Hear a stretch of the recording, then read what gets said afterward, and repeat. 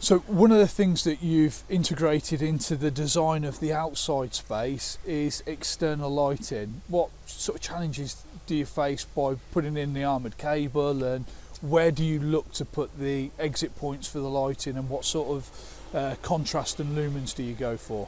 I think as we touched on about the amount of time we spent here in the early mornings, in the twilights and into the night time, we spent a lot of this building will spend half of its life in the hours of darkness. Granted, a lot of the occupiers will be asleep during that period, but there is a lot of time that this building will be in the dark. So, mindful of the proximity to Leamington Spa and Warwick and Kenilworth, we wanted to look at how dark it was here in the first instance, and we haven't got an enormous amount of light pollution.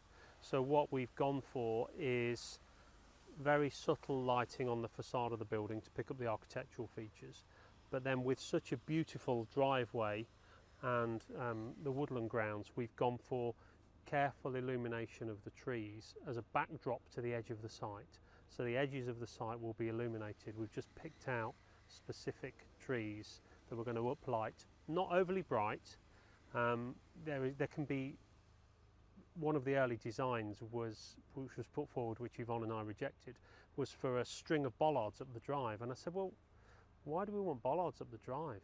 Because when we come up the drive, we're going to be in a car with the headlights on. If we walk down the drive, we just need enough light to achieve the light levels that we need to walk down the driveway. So we've been very careful not to overly pollute the site with lighting.